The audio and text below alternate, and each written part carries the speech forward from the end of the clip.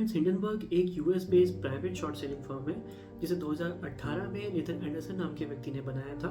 जिन लोगों को नहीं पता उनकी जानकारी के लिए बता दूं कि शॉर्ट सेलिंग एक ट्रेडिंग टेक्निक होती है जिसमें इन्वेस्टर को अगर लगता है कि किसी कंपनी के शेयर प्राइस फ्यूचर में बहुत ज़्यादा गिरने वाले हैं तो वो इन्वेस्टर उस कंपनी के शेयर्स को आज ही के समय में मार्केट से बोरो करके बेच कर और उससे जो अमाउंट आता है उसे दूसरी कंपनीज के इन्वेस्टमेंट या सिक्योरिटीज़ में इन्वेस्ट कर देता है। और फ्यूचर में जब उस कंपनी के मार्केट प्राइस जब शेयर प्राइस बहुत ज़्यादा गिर जाते हैं तो इन्वेस्टर उस कंपनी के शेयर्स को सस्ते में खरीद कर फिर अपने जो लेंडर होता है उनको वो शेयर यूनिट वापस कर देता है। तो एग्जांपल के लिए अगर कंपनी एक्स है, किसी इन्वेस्टर को लगता है किसी की कंपनी एक्स के शेयर प्राइस फ्यूचर में बहुत ज़्यादा गिरने वाले हैं तो इन्वेस्टर शेयर्स कंपनी एक्स के शेयर्स को मार्केट से बोरो कर लेगा और उसको आज ही के करंट प्राइस पे बेच देगा और उसमें से जो अमाउंट आएगा उसे कंपनी के वाई जेड और अदर कंपनीज के शेयर्स में इन्वेस्ट कर देगा।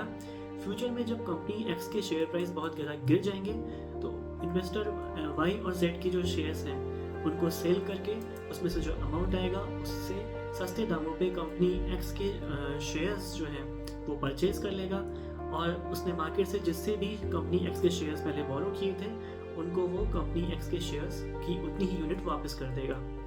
तो ये जो करंट प्राइस और फ्यूचर प्राइस के बीच का डिफरेंस होता है यही इन्वेस्टर का प्रॉफिट होता है। तो इंडिया में security exchange board of India जो है सेबी, इंडिया में शॉर्ट सेलिंग को सेबी ने बैन कर रखा है। इंडिया में शॉर्ट सेलिंग अलाउड नहीं है। साथ ही में इंडिया में आप फिजिकल यूनिट बोरो नहीं कर सकते। फिजिकल यूनिट बोरो करने के लिए कोई भी टेक्निकल अथॉरिटी नहीं है। लेकिन यूएस में सिक्योरिटी एक्सचेंज एंड कमीशन ने शॉर्ट सेलिंग अलाउ कर रखी है। तो यूएस में इन्वेस्टर जो है वो डेजिग्नेटेड अथॉरिटी पे जाके फिजिकल यूनिट बोरो भी कर सकते हैं, शॉर्ट सेलिंग भी कर सकते हैं। तो फ्रेंड्स, हिंडनबर्ग जो है उसका नाम 1937 में हुए एक प्लेन क्रैश डिजास्टर के ऊपर रखा गया था। 1937 में एक प्लेन था जिसका नाम फॉर्मर जर्मन प्रेसिडेंट पाउल वॉन हिंडनबर्ग के नाम के ऊपर रखा गया था। वो प्लेन न्यू जर्सी में क्रैश हुआ था जिसमें 35 लोगों की जान चली गई थी। तो नेथन एंडरसन जो था उसका ये मानना था कि हिंडनबर्ग डिजास्टर जो था वो एक मैन मेड डिजास्टर था और इसको अवॉइड किया जा सकता था, इसको रोका जा सकता था अगर समय पे एक्शन लिया जाता।